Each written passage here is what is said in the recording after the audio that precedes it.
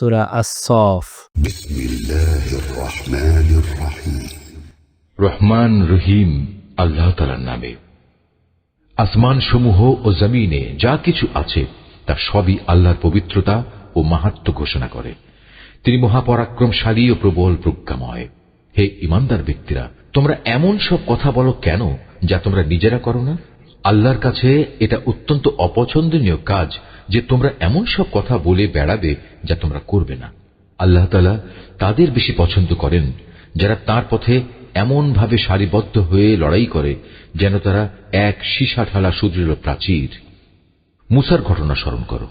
যখন মুসা নিজের জাতিকে বলেছিল, হে আমার জাতি, তোমরা কেন আমাকে কষ্ট দিচ্ছ, অথচ তোমরা একথা জানো আমি তোমাদের কাছে আল্লাহর পক্ষ থেকে পাঠানো একজন রাসূল।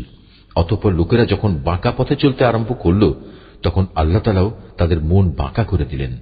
আল্লাহ তাআলা কখনো নাফরমান লোকদের সঠিক পথের দিশা দেন না। স্মরণ করো ঈসার কথা।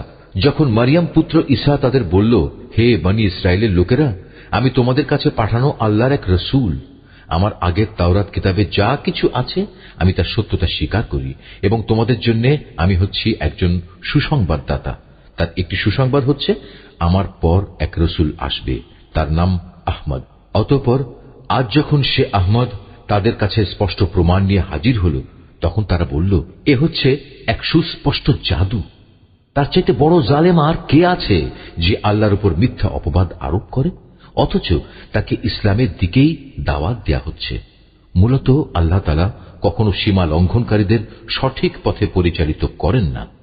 এ লোকেরা মুখের ফুৎকারেই আল্লাহর নূরকে নিভিয়ে দিতে চায়, অথচ তিনি তার এ নূর পরিপূর্ণ করে দিতে চান, তা কাফেরদের কাছে যতই অপছন্দনীয় হোক না কেন। তিনি তার রাসূলকে একটি স্পষ্ট পথ নির্দেশ ও সঠিক জীবন বিধান দিয়ে প্রেরণ করেছেন, যেন সে রাসূল একে দুনিয়ার প্রচলিত সব কয়টি জীবন ব্যবস্থার উপর বিজয়ী করে দিতে পারে, তা মুশরিকদের কাছে যতই অপছন্দনীয় হোক না কেন।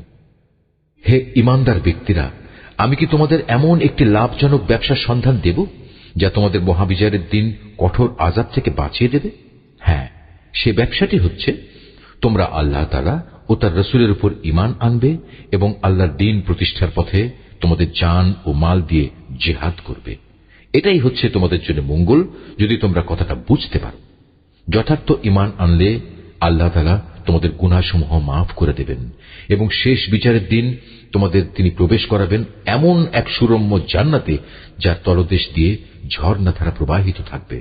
সর্বোপরি তিনি তোমাদের আরো প্রবেশ করাবেন জান্নাতের স্থায়ী নিবাস স্থলের সুন্দর ঘরসমূহে। আর এটাই হচ্ছে সবচাইতে বড় সাফল্য। আরো একটি বড় ধরনের অনুগ্রহ রয়েছে যা তোমাদের একান্ত কাম্য, এবং তা হচ্ছে আল্লাহর কাছ থেকে সাহায্য ও ময়দানের আসন্ন বিজয়। যাও, তোমরা মোমেন বান্দাদের এ সুসংবাদগুলো দাও। হে ঈমানদার ব্যক্তিরা, তোমরা সবাই আল্লাহর দ্বীনের সাহায্যকারী হয়ে যাও, যেমনি করে মারিয়াম পুত্র ঈসা তার সঙ্গী সাথীদের বলেছিল, কে আছো তোমরা আল্লাহর দ্বীনের পথে আমার সাহায্যকারী? তারা বলেছিল, হ্যাঁ, আমরা আছি আল্লাহর পথে সাহায্যকারী। অতঃপর বনী ইসরায়েলের একটি দল সাহায্যের প্রতিশ্রুতি দিয়ে তার উপর ঈমান আনল, আরেক দল তাকে সম্পূর্ণ অস্বীকার করল। অতঃপর আমি দুশমনদের উপর ঈমানদারদের সাহায্য করলাম, ফলে যারা ঈমানদার তারাই বিজয়ী হল।